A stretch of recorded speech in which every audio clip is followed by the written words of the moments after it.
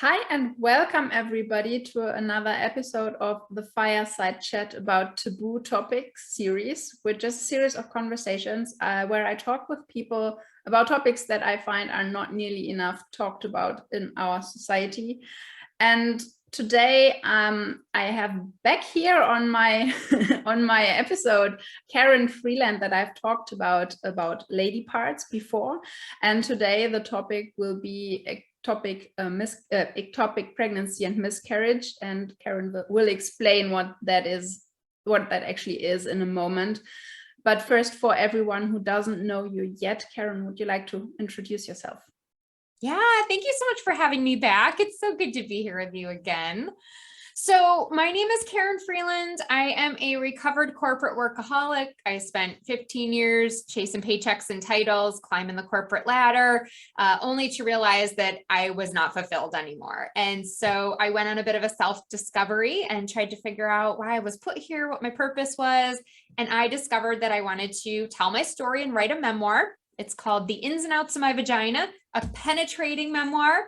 And in that process, I realized that I was unlocking a lot of the secrets for other people, specifically women, to own their power and build their pathway to freedom and really do what they love. So I got certified as a life and reinvention coach, and that's what I get to do now every day.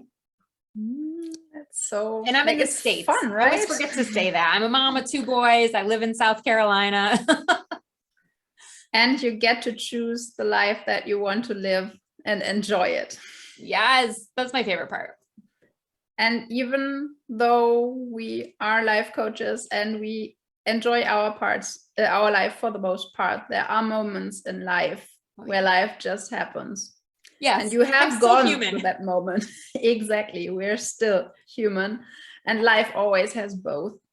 And so you've gone through an experience. Would you like to share your story about that a little bit?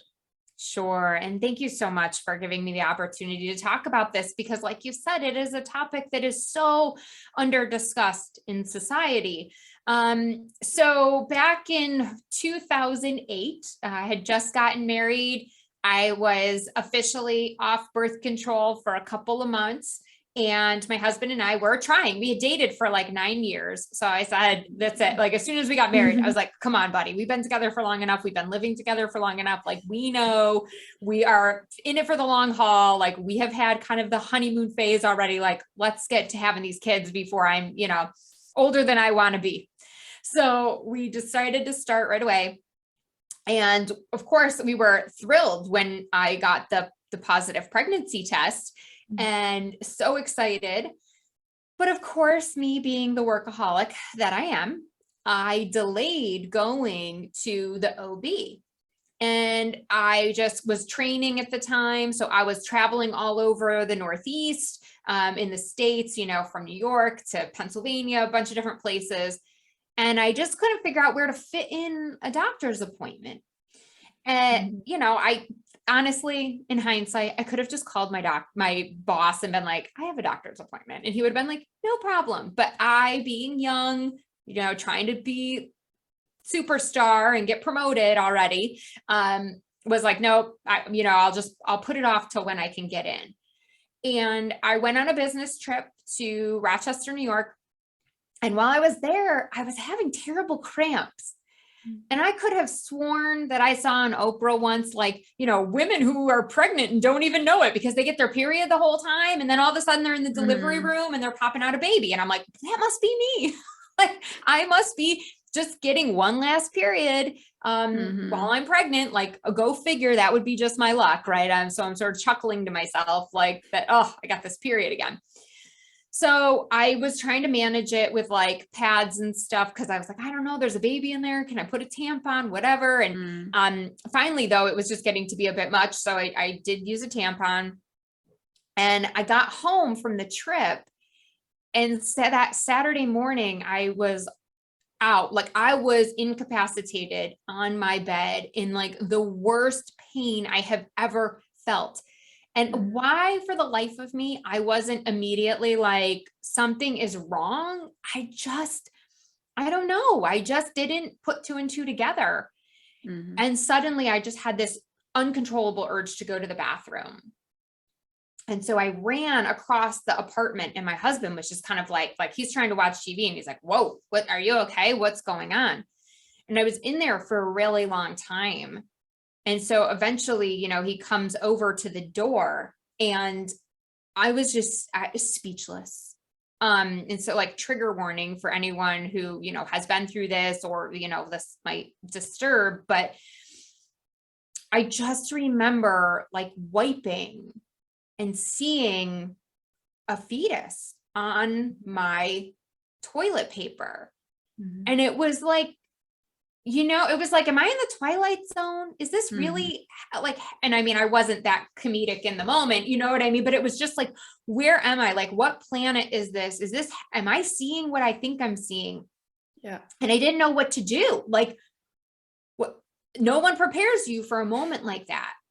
And I literally just dropped the tissue in the sink, the toilet, and closed the lid real quick, because I didn't want my husband to see either. I was like, oh my gosh, I don't want him to then have this etched in his brain forever, and you can't unsee that. You know what I mean? Mm-hmm. So I opened the door, and that was just, I mean, I couldn't even speak. You know, that cry where you just, tears are raging, but you literally have zero sound coming out of your mouth. Yeah. And we obviously embrace, and then he starts crying. And I think in that moment, I have a hard time with men crying. Like, and I don't know why. I mean, I've seen my dad cry before, you know, like it wasn't like but I just suddenly felt this urge that like, I needed to be the strong one then. If he's going to break down, I have to be some sort of superhuman. And I talk about this in the book, but it really haunts me to this day. But I just turned around and flushed the toilet. It was like a nervous response, or I don't know what it was. And my husband was just like, did you just, and I was like, it'll be fine. Everything's going to be fine. And I just suddenly was like, I need to get out of this like situation. Like, how do I make this turn around? So we obviously had to go then to the hospital and get checked out and call the doctor. And she's like, get right in here. I want to see you.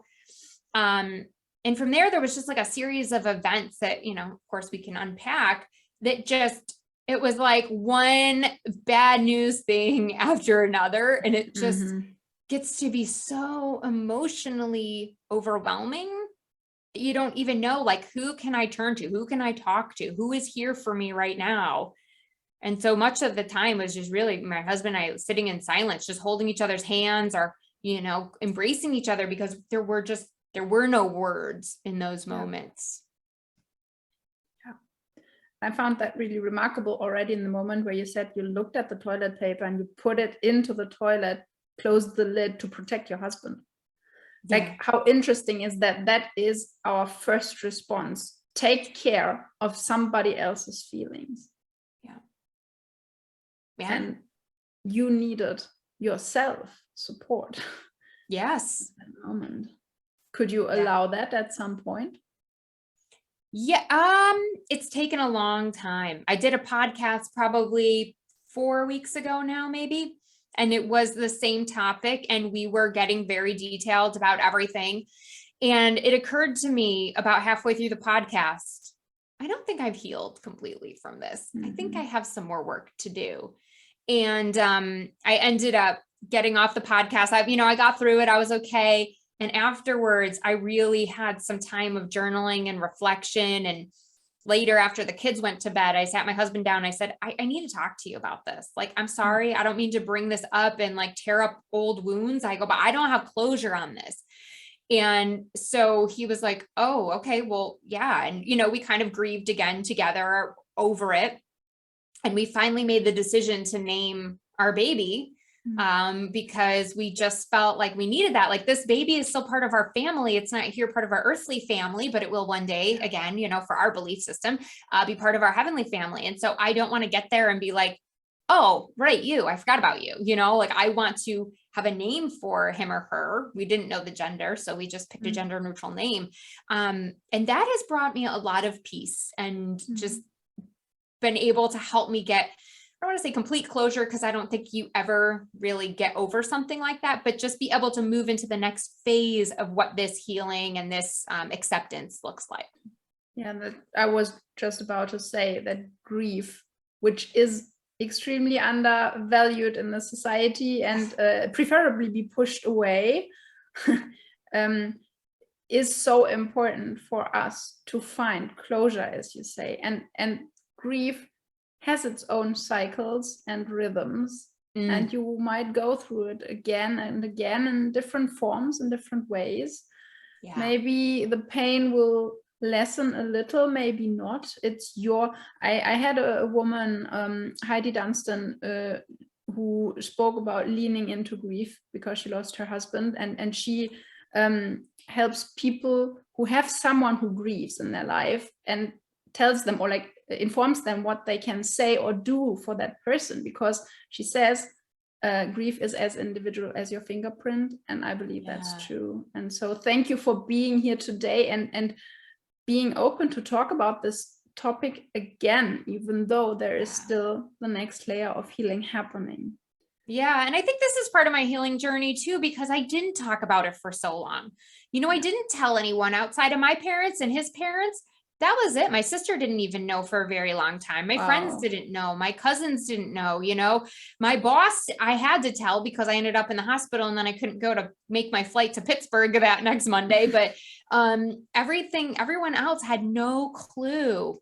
Mm-hmm. And that's why, you know, especially for those of us who have been in the corporate situation, or are maybe still in corporate that are listening, like, you just never know what's going on in someone's life, because no one knew at my work. And I literally had to show up and then keep going on, you know, be in front of a classroom and be on, and because I was training at the time, and no one knew that I had just lost my baby and I was grieving the way that I was. So, you know, and I'm sure I probably snapped at someone or lost my patience in one of the classes. And it's because my head is like, I don't understand how, you know, training these B2B sales reps has any value in my life right now, when I have just lost the most precious thing to me in the world. Exactly. And, you know, but life goes on, right? And things go on around you. So just be kind to one another, because you just don't know. Yeah. And that's the thing too, like, we often beat ourselves up for not functioning the way society wants us to function. And it's important to be kind to yourself in that situation and say, yeah, I snapped at that person. So what? I have other things on my mind right now. I have other things in my whole system to process right now. Right. And my question would have been, did you get any support? It seems like you really kept it in the very close range of the immediate family, not even your sister. And do you think in retrospect it would have been easier for you to heal, to go through the different layers of grief, if you could have spoken to people or get some, I don't know, professional support or something? Yeah, I'm sure it would have. Although you never know, because a lot of people don't know how to support people going through these types of situations. So they say things like, well, if it was meant to be, it would be, you know. Oh, yeah. Maybe there, you know, if there could have been something wrong with the baby, maybe that's why you lost it. Or today, you know? I heard, at least, you know, you can get pregnant. Oh, what the fuck thing to say? Right. Yes. But no, exactly. No, it really is. So I think, and I think oftentimes it's coming from a place of real, true love. Like, they really want you to feel like it's not your fault. Something was wrong with the baby. Like, you're okay. You're going to be okay. It's not you. And I appreciate that sentiment, and, you know, that they want to console me, but it's not working, right? It's not the right thing to say. And I don't know that I know the right thing to say, other than just to be there for that person and hold them and cry with them and tell them that you love them. And it's okay for them to be crushingly sad and to not want to do anything for a few weeks, maybe, you know, or however long it takes for that person to get over it. Yes. And I believe that's the thing. That's the only thing. And that is something our society, like the way we were raised, hasn't prepared us for, to simply hold space for a person, to be with their grief without the need to fix or change, even if it's from good intention. I mean, of course, it's from a good intention. And it's also from, you want to feel better. watching them. Yes. And I mean, no blame on anyone. I have done that myself, and I still fall into that and do that myself. But now as a coach, I am a specialist in holding space, because that's what the soul-based coaching that I've trained in is all about. It's about this holding this safe space for the person to be as they are in the moment by moment. Yeah, I love that. And it's always changing. Like you said, moment by moment. So what that person might be feeling right now in 5 minutes could be totally different. Exactly. And also, like, was it a matter of you didn't even know, like, think about getting support? Because I think because this topic isn't talked about a lot, people don't even think about or realize they could get support, and that there are people out there who specialize in this or who have the capacity to hold you through it. So yeah, I mean, I think if it occur? happened today, I probably would have been more open, only because with all these new podcasts and all the information that's out there and so many coaches in all these different disciplines, I think it would have been much easier for me to go to someone and ask for support. Mm-hmm. You know, some of it also was, I have a mother-in-law, God bless her, very sweet. She had a miscarriage. Hope she won't mind me saying that, but she would talk about it openly as if it were just sort of like I had to go get meat at the grocery store today. Yeah. And I always would just sort of cringe every time she would bring it up in casual conversation. And I do think that this was her healing journey. I think she needed to talk about it.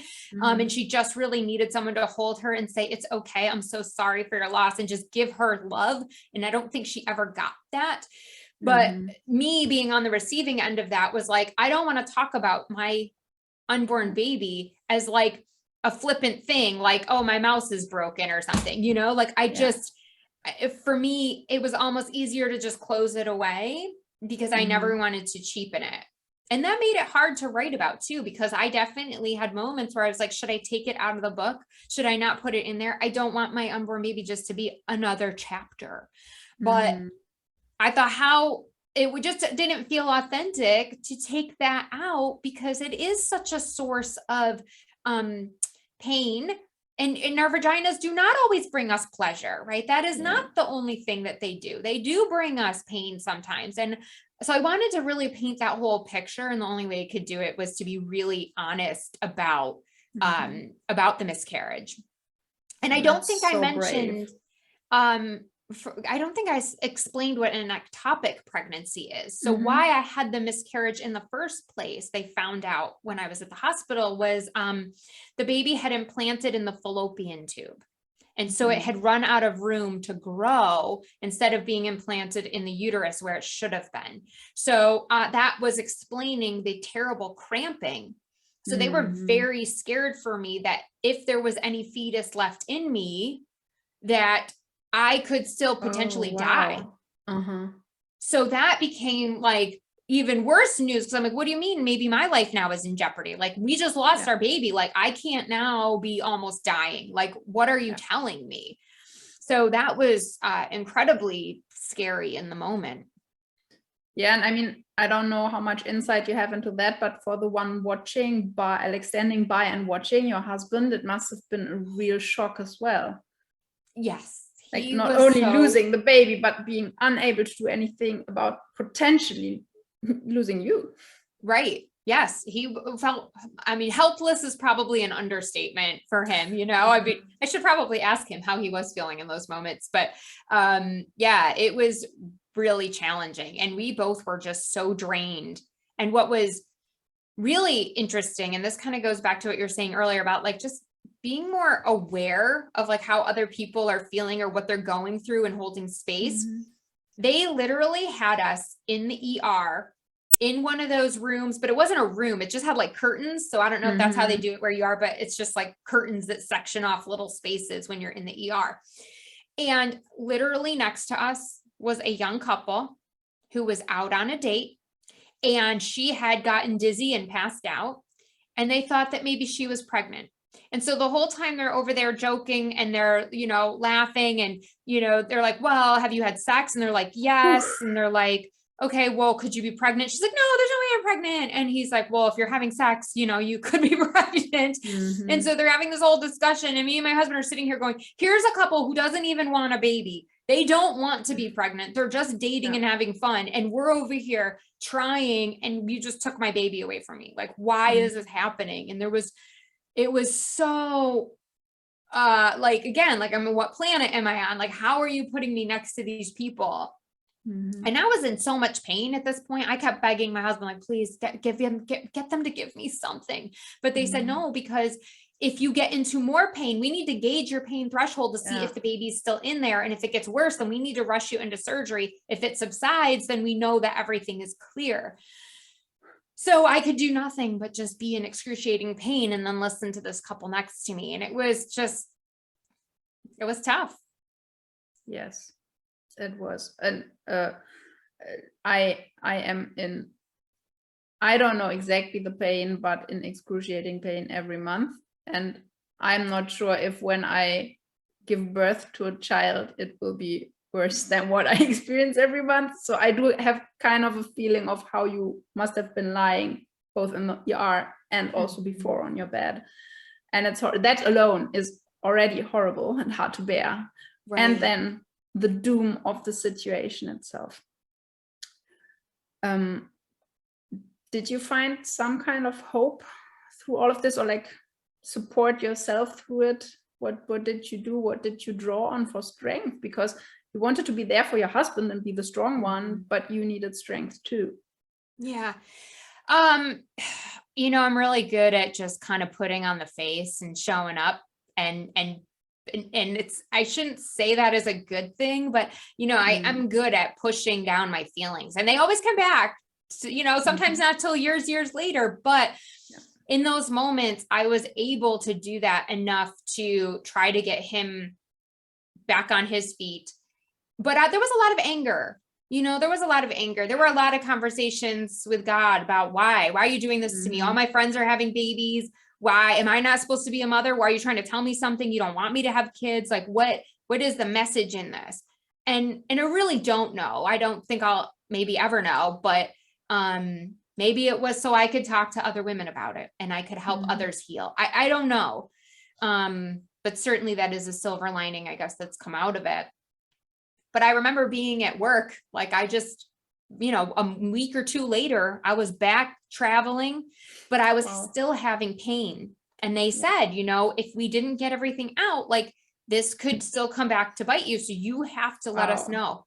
Yes. And I was in a hotel in this little rinky-dink town in Pennsylvania, all by myself. And I remember laying in bed in just horrific pain going, I'm going to die in this hotel bed, and they're going to come in and find me in the morning, and they're going to have to call my husband and be like, your wife died last night. Like I literally was convinced.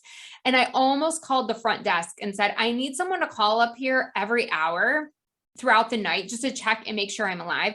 And for whatever reason, I didn't. I guess I just hoped that it was going to all work out.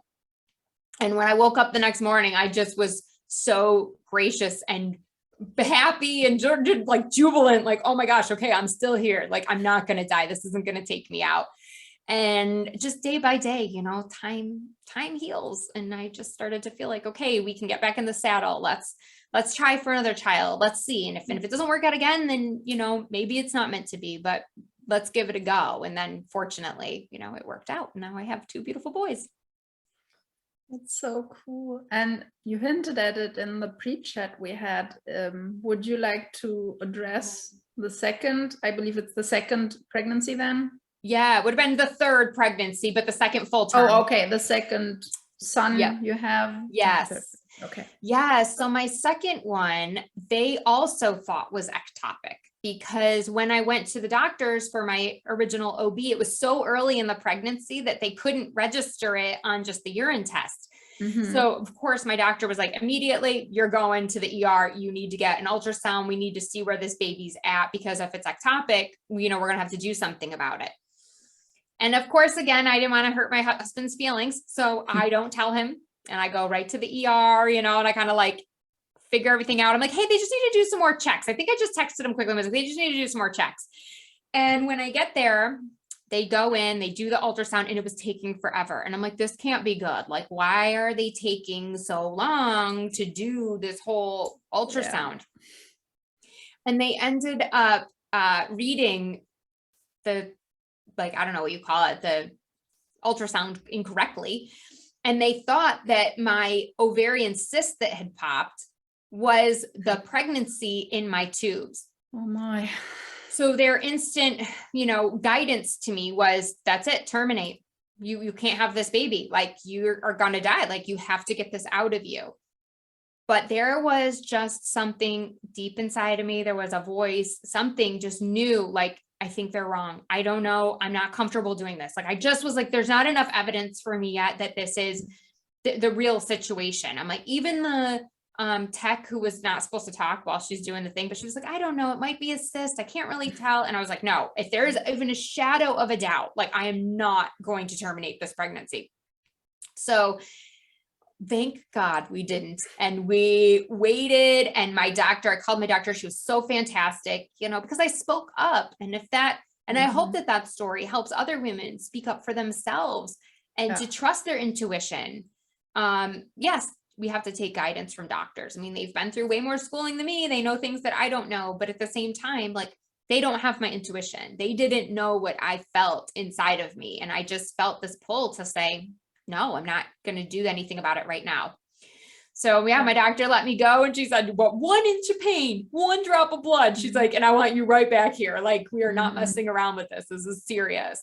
So thank goodness they had me, a couple days later back in the doctor's, did another urine test, and it came out positive. They did the follow-up ultrasound. Everything was good. He was right where he was supposed to be. And, now he's just such a bright light in my life. But I think sometimes about what the alternative could have been if I had just blindly trusted them.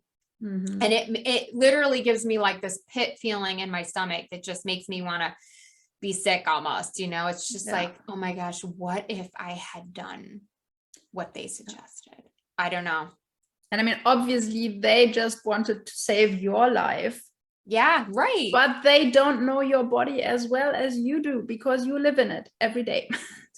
Yes. And also finding that courage to speak up and say, no, I want to listen to my body. It's really like, it's such an example to other women that there is wisdom in our body, that there are things we can feel, that there are things we know better than any doctor can.